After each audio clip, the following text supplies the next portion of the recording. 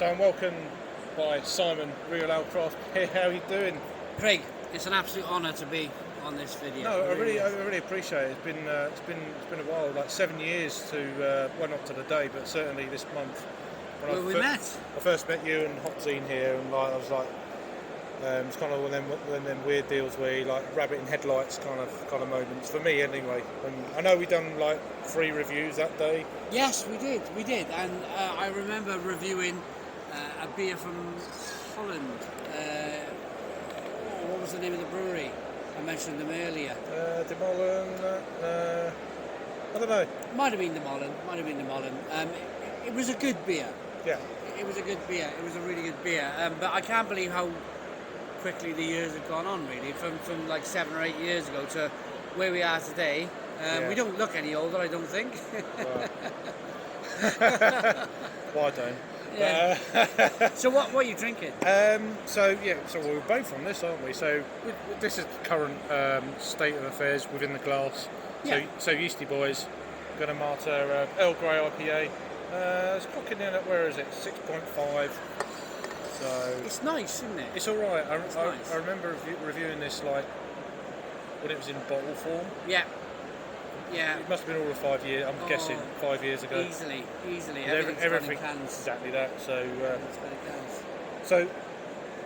I mean, you've been going, what, 11 years, 12 years-ish? Was it 11 years? I'm not... 2010 I started, January 2010, So, yeah. It's now 2022, so 12 years. 12 years. 12 years. In the next 4 months it'll be the 13th year. Crazy shit. Yeah. So when you first started, did you ever envisage where it was going when you first started to where you are now? Did you have a plan even when you first started? Because No. I mean, I know I didn't. No, I didn't have a plan at all. It was just at the beginning. I wanted to review as many bottled beers as I possibly could. I had babies. Which is scary in its own. In its own. You know, when you do your live stream, sometimes your kids come in. It's like, and they were babies at the time when you started. Yeah. It's like. Yeah. So I mean, I'm kind of getting to that point now with my little one. And every now and again she'll pop in or whatever. And now she's 7. It's like the only reason I started doing this for me was they're babies, and you couldn't. You I wanted to be responsible and not be in the pub every night.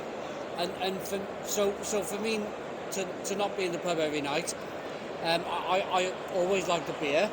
My responsibility was to put the kids to bed, and when I went downstairs, then my wife would be watching the soaps or whatever on the telly, and I would set up my camera and go and review a few beers in the kitchen, and it was a nice thing, because I knew my kids were safe in bed upstairs. I was happy downstairs. My wife was happy. Everybody was happy, basically. Yeah, and you was happy. They're all asleep. And I can have a few beers. I'm happy then. Yeah. We were all happy. We were all happy, and it went on and on until like we get to today, where my wife went to work. I left the house before my wife, and the kids. One's 15, one's going on 13, and they're in the comprehensive school, and they can look after themselves now. So it's the first year really where I've been able to slightly flap my wings a little bit and do something. Yeah. I mean, another thing that's probably fairly obvious for people who've been drinking beer for a fair amount of time. How has the whole industry changed? Oh my goodness me! This could be a whole hour's video in terms of. When I first started drinking beer, there was no real craft breweries about. Well, there were. Brewdog was about. Thornbridge was about. There was a company in Wales called Otley Brewing Company. Of course, you had the American craft beer scene, but we didn't really see much of that unless you come to the craft beer bar at the Camera Festival here today, the GGBF. Sierra Nevada Pale Ale was still the one to go for. You know, it was still that kind of that. It was in Morrison's, just about. It was just launched in Morrison's. See, Morrison's wonderful. Morrison's weren't even down where I live back then. Yeah. It was more of a kind of northern-based absolutely supermarket. So. And then we went into that evolution of bottles to cans. Oh yeah, it's been massive. About 2017, I think, was a tipping point. The amount of cans that launched in the market. And then the change from how many breweries there was a time in, I think, 2015, 2016 where there must have been about 5 breweries a week opening. It was just unbelievable. You couldn't keep up.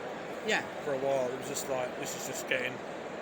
So although I've enjoyed a little bit of success, if you like, on YouTube, I think we were in the right place at the right time. We were. If we were born 50 years ago, it wouldn't have worked. Yeah. Of course, there was no internet back then, but you know what I mean. The industry hasn't enjoyed this much success probably for 100 years. The beer industry. I just think it's. Like yourself, you talk to people a certain age, and even they say this is like the golden age of beer, and you can feel it even though you're amongst it, you're doing it. You kind of know. All right. The last few years, the world's been a bit on fire and shit. Yeah. You know, from different angles, you know, that everyone's been through, lockdowns, etc. Without saying the word. Yeah, yeah. I think that has definitely put a brakes on it to a degree, and I think the smart breweries, certainly when it comes to social media, the age, that's become forefront of basically probably surviving. Yeah. I mean, I don't know what I know you're into your technology and whatnot. Yeah, so. I think the question I'd like to ask is, because YouTube boomed as well at the same time, everything kind of clicked into position. 10 years ago, you couldn't do a live stream really on YouTube. Now you can.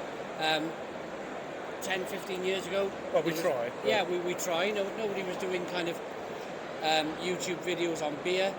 My question to you, if I can reverse the question, if you like, has us as a community of YouTubers had an influence on people deciding to open a brewery? Because I get it a little bit in that people say, I watch your videos, I then love beer, I then decided to open a brewery. I personally haven't had that, but I think there's probably an interest with the individuals that, you know, they start doing home brews, garage. And there's that technology question, isn't it? I don't think it's because, well, certainly not because of what I do at least, but I mean, other people, you may be different, of course. But it's that technology question. It's that social media. It was that kind of video, being able to make podcasts.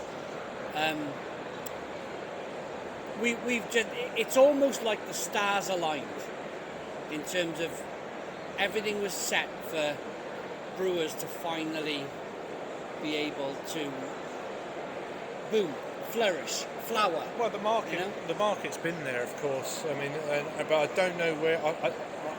I reckon it's very near its ceiling, personally. With just the sheer amount of beers that these brewers are producing, there's got to be a ceiling somewhere. And I feel with what's happened the last couple of years, etc. I think that's probably brought the ceiling down slightly from where it was going to be. Yeah. So. But that's. I mean, I don't know. I'm just. I'm surmising, you know. I wonder. I've thought the same thing, and I wondered if we've hit that curve, and I wondered if we're on the way down. I think we've plateaued. I wouldn't say it's on the way down. Yeah. I think the breweries that. The standard has also gone up. Yeah. So with certain styles of beer, more trad breweries are going to be okay, but when it comes to more kind of craft stuff, personally I think it's there's a plateau there now. Yeah. But there's so many breweries on that plateau, and then and that's where the saturation point will come in. Yeah. But anyway, that's so going forward then for you.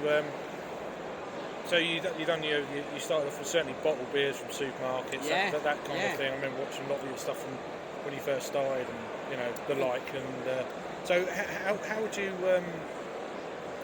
how has your transition gone through beer into doing food reviews? What made you start doing that? So I dabbled with food since. So I went to a Shepherd Neame very very early on, within the first year of me opening the YouTube channel, maybe the first year or two. And whilst I was at Shepherd Neame, they suggested that I do a cheese and beer tasting. And I had no idea. Shepherd Shepherd Neame, yeah. Shepherd Neame wanted to do a beer and cheese video.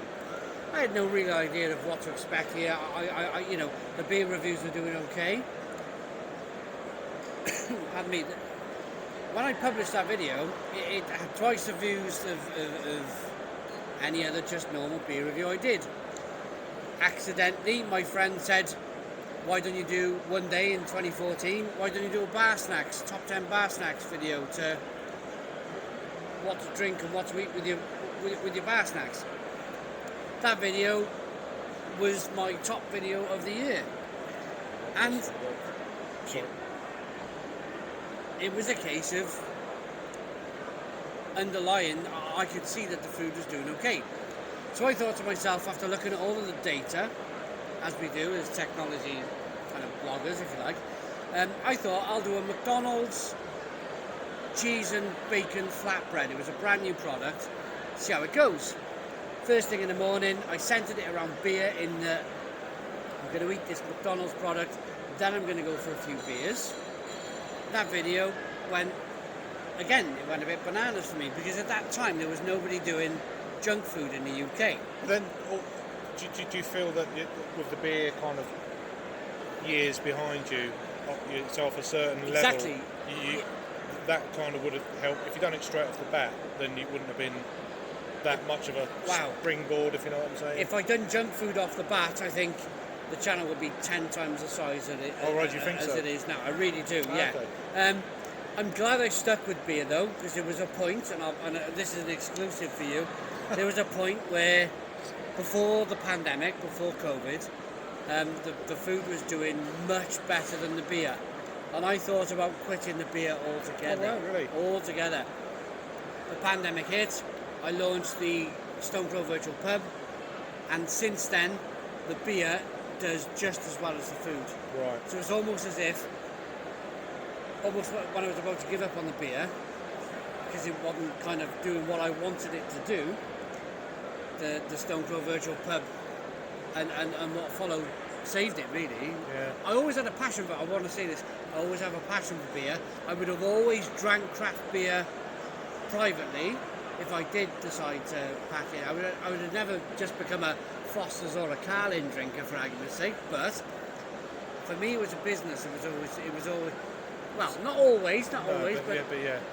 So from the current day to sort of going forward, how do you think it's going to go? Have you got any other plans? Any other little kind of like things to incorporate within the channel, or is it like technology reviews or things like that? I don't know. It's actually beer. It's actually straight beer still.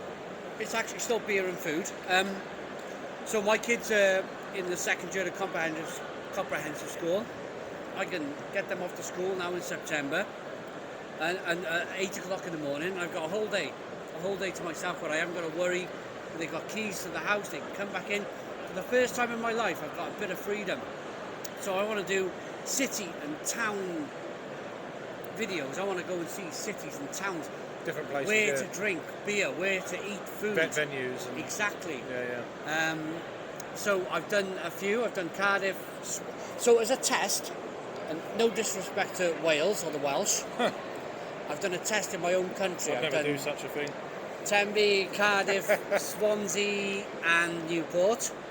Them videos are doing 20 times my beer reviews. So the Cardiff one's done 25,000 views. Tenby's done about 15,000 views in the last week. Cool. So for me, when they go back in September, it'll be about Bristol, it'll be about Bath, London, Leeds, where to drink craft beer in Leeds. Oh, yeah, that's a video in itself, isn't it? You know? Yeah, I mean, the up and coming. I mean, Newcastle's up there these days. What I've seen and heard, but I've never been. Yeah. And another one is Nottingham. Nottingham, I've never been. Oh, it's awesome. Never been. I need to go to all of these different places, and not just stop in the UK, but then travel Europe, Brussels, Bruges, Paris. You know, go and visit the world. And this is what the dream has always been about for me, is to meet. It's not just about the beer; it's meeting great people like yourself in the industry. Well, on that note, we're at 15 minutes, so thank you very much, Simon. Craig, it's an honour. Thank you very much. Thank you very much. Cheers. See you later.